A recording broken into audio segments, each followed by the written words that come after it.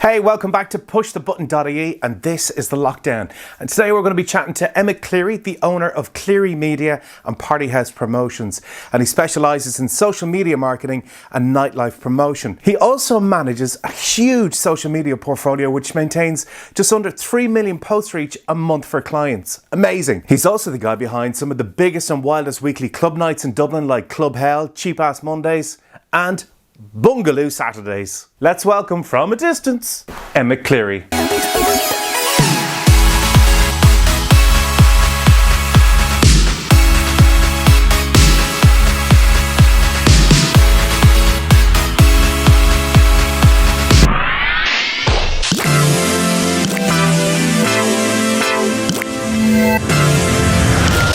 Emmet Cleary, how are you, buddy? How you doing, Stephen? Well, yeah, could be better, but considering the circumstances, doing fine at the moment.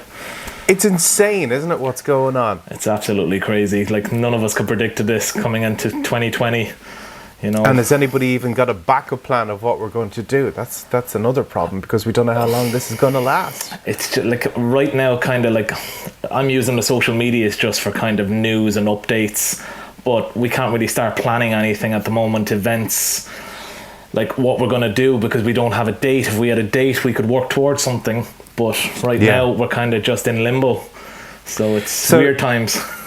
So tell us about the events that you are currently running. Well, we're currently running up until now. So at the moment, currently, I've got Cheap Ass Mondays, which is a big student night in O'Reilly's bar, and on a Saturday night I've got Bungalow, which is the club night that replaced Club Hell, that was running for 10 years, which was a rock and metal night. And we've kind of gone more of a commercial route with Bungalow. So that's been running 2.5 years now, every Saturday night, and then all of a sudden it's just stopped. Now, I see it all. I've never been to your nights, but they look absolutely incredible. What's your? You seem to pack the place out as well all the time, and you seem to be at full capacity. What's your secret, or can you let us in on a little bit on what's going on? I think kind of like myself as a promoter, kind of like I go for continuity and longevity. And one of the main things that I kind of do is I like to kind of keep it at a steady pace, and then we'll spike maybe once a month. So we've had CO2, we've had fire breathers, we've had, you name it, we've had 12-foot LED robots all crammed into a little pub. And I think people, and that kind of leads me on to a different thing, kind of people want more of an experience from their lake bar these days. So even though we do free entry, we do good drinks promos, people still want a nightclub experience in their lake bar. And I think that's one of the things why O'Reilly's is so successful. We've got a great team down there, a great management team, great bar team, and it all seems to work. So I think you have it right there, giving customers something different instead of throwing a band or a DJ into the corner and letting them play exactly either what they want, or maybe some will play to the crowd depending on how lenient your DJ or band are. I think it's a good thing that you're doing, and it's nice to see that. And I even see copycat nights kind of looking at what you're doing and saying, all right, we're going to do something similar to that. Not encroaching on your territory, but you see it up and down the country. So, I think that's something to be proud of. Okay, appreciate that. We've caught one or two bar managers peeping over the beer garden fence, and kind of we'll always come out and say hello to them, and they'll run off, you know. But come on in, have a drink. Pretty much, come in for a pint. Yeah. So what have you been doing, apart from getting online and using social media and updating people what's going on, what have you and your family been doing to keep occupied?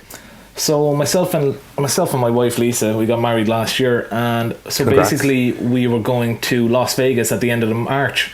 So I go over every year to the nightclub and bar convention, and right up until say last Thursday, when the general manager called me over O'Reilly's bar and pretty much said, listen, we need to have a serious meeting, because we've been keeping an eye on COVID-19 and how far it had been spreading. And basically Fong made a decision on Thursday morning to close the bar. So we were probably the first bar in Dublin to close and announce it. Oh, wow. And then it was kind of, because I'd been in touch with a lot of bar and nightclub managers that morning, and it was kind of a scramble. Everyone was hitting the war room going, what are we going to do here? So we said, we announced for the safety of our staff and customers that we were going to close. and then Tramline, 22, Coppers, everyone followed suit. I think it just took one person to go first, and we kind of just stood up and said, listen, we're gonna close, because we can see there's definitely going to be a closure come Monday. Yeah. And so obviously is the bar and nightclub event in Vegas still going ahead, or have no? they put So a cap on it? Myself and Lisa were going. We still hadn't changed flights, and we were still going right up until O'Reilly's made the decision to close. And I said, well, listen, like if my bars are closed, like what's the point of going abroad? And then I was in touch with, I have friends with a couple of DJs over in Vegas, and they said no, it's business as usual right up until Sunday evening.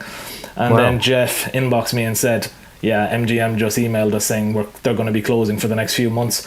And I said, what's the point of going over there? Then the convention got called off, so what's the point of going over? And then of course Trump announced the lockdown on any flights coming in or out of the country, so that was 100% our decision.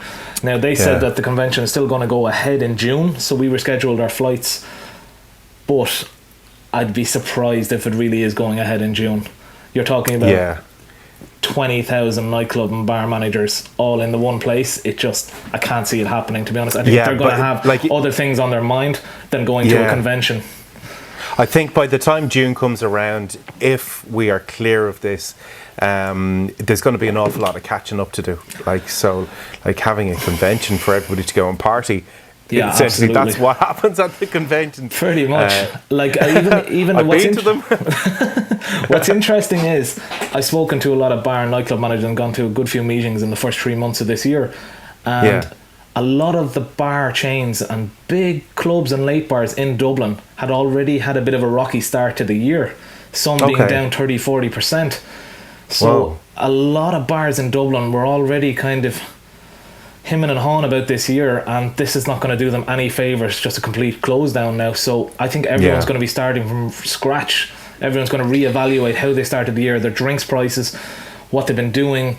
I think there's going to be an overhaul, because it's definitely the start of a hospitality recession. And you know as well as I do, like I set up Club Hell in 2008 in the height of the recession, and you were DJing in the clubs, and you could see it. It was people, they didn't really, it took them a long time for them to come out again, and kind of they were warier, and they were kind of penny pinching again, and our drinks prices went low, and everyone went free entry. So I think there's going to be a big overhaul of the nightlife industry in Dublin, Ireland, and worldwide. Nightlife in Dublin has completely changed since the recession, as you said. Like people seem to just go to late bars, and late bars seem to be putting on more entertainment. Like nightclubs, are struggling all over the country. Like we used to tour around. You'd have Thursday, Friday, Saturday, Sunday nights, and now that is like whittled down to like you might get a Saturday night. It's insane. And what we hope that might happen is that when this is all done and dusted, like we in one of our other videos we spoke to Megan Scully, and she says everyone's going to rush out and they're going to go party, they're going to start supporting all the businesses, the pubs will be jammed, the clubs will be jammed. We can only hope that the nightlife industry does get picked back up again. Like you know as well as I do, the last year or two nightclub has become a bit of a dirty word, not just in Ireland but worldwide. And look at the amount of closures of nightclubs in the last 3 years in Dublin alone. It's crazy. Like you could probably count them on two hands now, the amount of nightclubs that are actually left in Ireland. But like even in Dublin City, like there's not many actual nightclubs. No, like you can walk through Temple Bar and it's mostly late bars, and I think you've got Club M and you've got Fitzsimon's, which are nightclubs. Yeah. But even Buskers has got it. Everything, like they're just late bars now, and it's whatever entertainment is going on in there. So maybe is that what people want, or does it need to go kick up the arse and finally we get people going back? Actually, then again, people, when you see them in a nightclub, they don't see, like a younger crowd don't seem to know how to behave, as in like they're on their phone. they're not dancing, they're not jumping around, they're not having fun, they're not reacting to songs no matter what you throw at them, which is unusual. You made a good point there, because I think myself and yourself could fill a book with the amount of stories that we've seen in nightclubs. Yeah, I think one of my favourites is Temple Theatre, where there was a lad asked to leave because he was standing in the middle of the dance floor when there was a massive rave, and all he had in his hands was a sink, and nobody knows where this sink came from. It's like you know, you don't get good nightclub stories anymore. No, well, I have a few, but I can't say it on this. All right, that's fair.